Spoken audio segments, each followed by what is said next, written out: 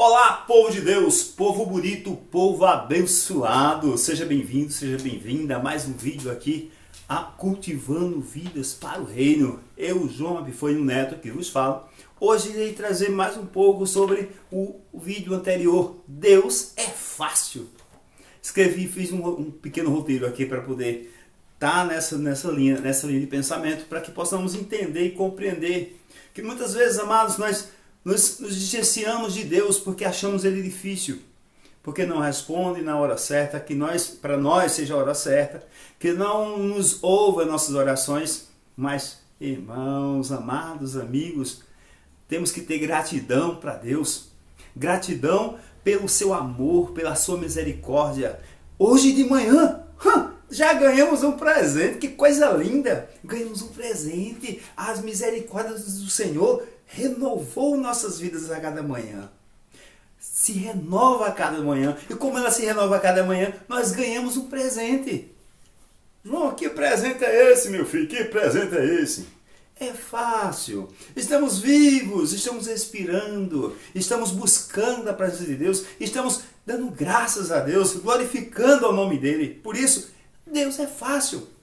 E no vídeo anterior, eu tinha citado o seguinte, que um pai que deixa o filho achar, ele é fácil, porque é um pai acessível. Deus também ele é esse pai acessível. Em Crônicas, como eu li em 2 Crônicas 15, 2, a parte B, ele diz que o Senhor está convosco enquanto vós estáis com ele. Se buscares, o acharei, porém se deixarem ele também vos deixará. Então, Deus ele é fácil.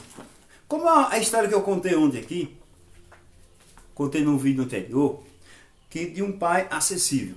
Assim é Deus.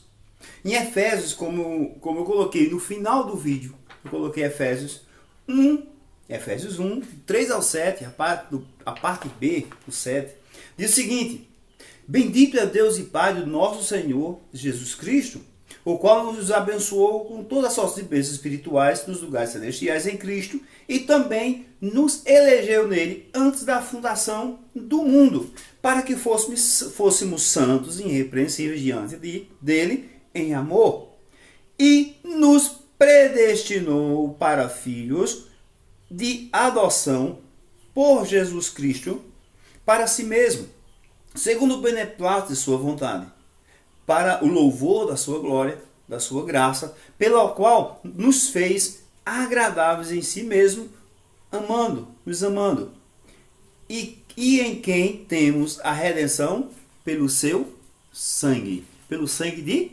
Cristo.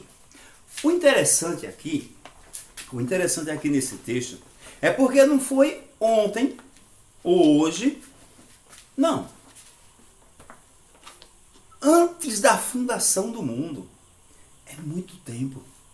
Muita gente, às vezes nós se deparamos com as pessoas que, eu não sei, é uma visão diferente, né?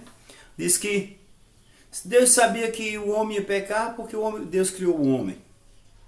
Se Deus sabia que Satanás ia tentar o homem porque Deus permitiu que Satanás tentasse. E coisa desse tipo. Mas, quando analisamos direitinho, Deus, ele fez um projeto. Depois ele pegou Cristo e disse: meu filho irá executar esse projeto. E o Espírito Santo deu continuidade ao projeto de Deus. Como? Deus, ele criou todas as coisas. Quando foi criar o homem, em Gênesis 1:26, ele diz: façamos o homem nossa imagem conforme a nossa semelhança. Ali mostra, os historiadores colocam muito, que ali foi um diálogo entre ele e o próprio Cristo, que já existia antes da fundação do mundo. Depois, o Espírito Santo também de Deus pairava sobre a face das águas.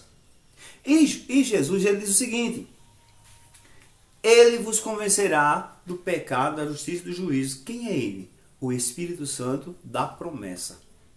Aquele qual falei da Escritura, qual somos selados pelo Espírito Santo da promessa, como dizia em Efésios 1:13 e o 14, a parte B do versículo. Até a parte B.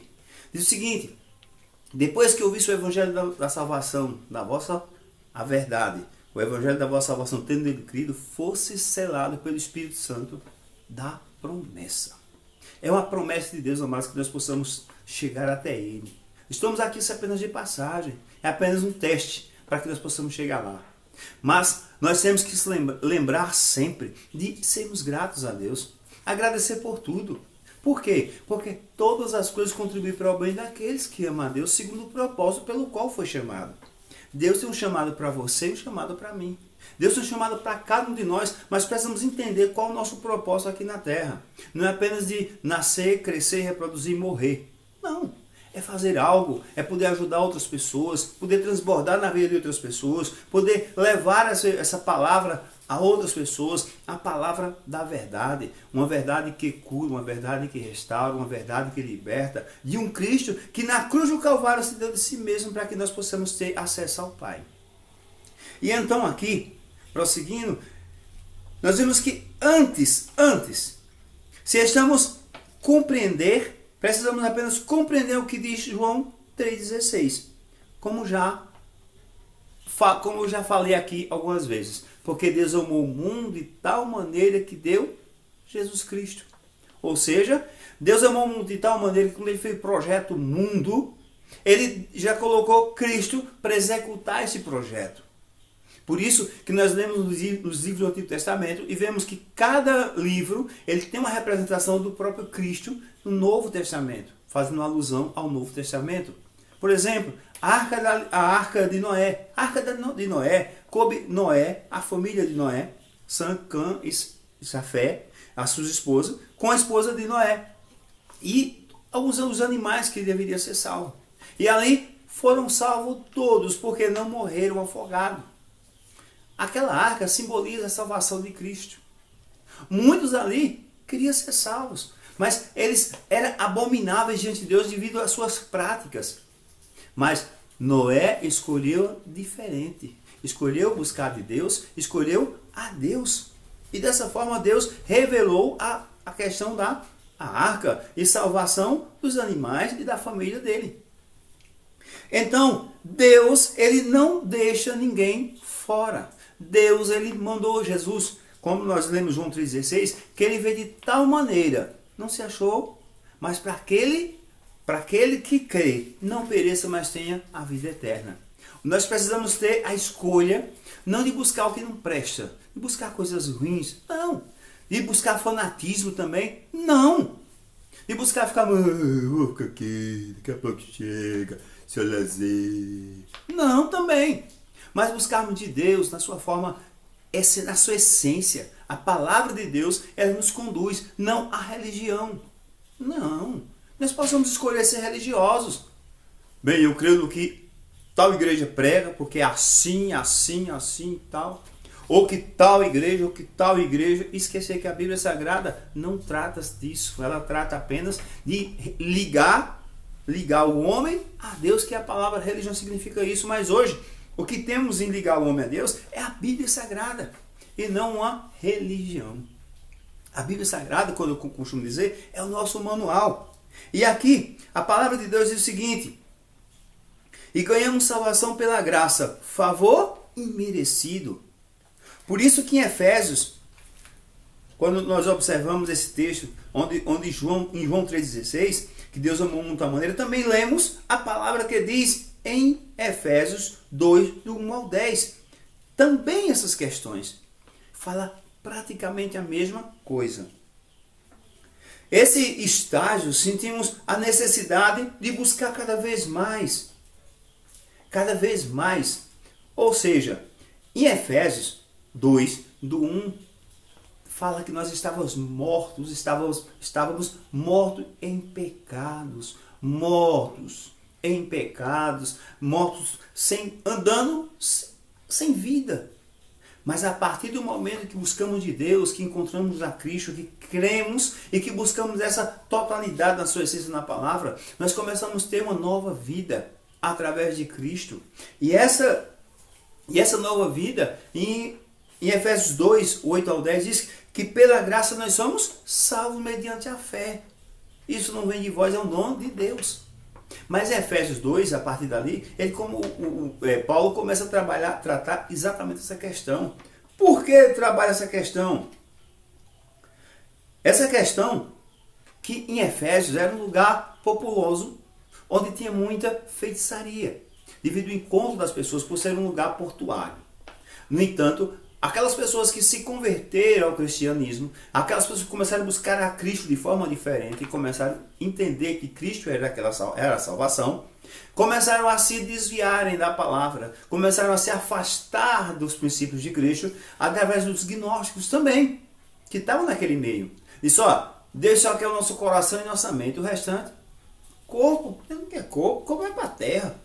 Como está escrito, o pó vai para o pó. E o Espírito para aquele que o deu. Deus só quer o nosso espírito, nossa alma. Deus só quer o nosso coração e nossa mente só. O que acontece? Eles se prostituíam, eles se davam a bebidas fortes, eles se matavam uns aos outros ali e achavam que estava correto. E Paulo disse, não, você estava morto em dívidas, em pecados. A sua vida estava morta pelos seus pecados. Mas através de Cristo que reconciliou, quebrando a barreira de separação, trouxe de volta, porque vós sois salvos, não mediante a fé. Isso é dom de Deus. Não é vocês que conseguiram porque vocês são bonitos, mais bonitos que os outros. Não, é dom de Deus. Mas nesse estágio, passamos a entender quando nós compreendemos que a salvação não é de nós, é um dom de Deus. Nós começamos a compreender e acontece conosco o seguinte, o que diz 1 Pedro 2, 1 e 2. Que diz assim, estando desejosos pela palavra do Senhor, começamos uma vida, como diz em Salmos 3. Vê só, desejando efetuosamente o verdadeiro leite, o genuíno, o leite espiritual, como meninos nascidos de novo. Quando nós começamos a desejar esse leite espiritual, João, e esse leite, que leite é esse? É com pobreza? É leite ninho? É não, meu querido. É a palavra de Deus. Quando nós começamos que não entendemos, é como leite, até chegar na comida mais grossa. Ou seja, começamos a compreender aos poucos, pelo esclarecimento do Espírito Santo, e depois começamos a entender mais forte, uma coisa mais, como fosse uma comida mais forte. Amém? Que Deus possa nos abençoar, nos guiar, nos direcionar e dar seu like, dar seu joinha. Envia para outras pessoas para que possamos propagar esse vídeo para mais pessoas. Tá certo? Beleza? Fica na paz, fica na bênção e que Deus te abençoe. Que a luz do Senhor te ilumine a cada dia. E gratidão pelo Senhor, porque tudo que você tem, tudo que você é, foi Deus que fez para que você ficasse bem e melhor a cada dia. E Deus tem mais. Aquilo que o olho não viu, o ouvido não ouviu, o coração não sentiu. O que Deus tem preparado para nós. Amém? Fica na bênção.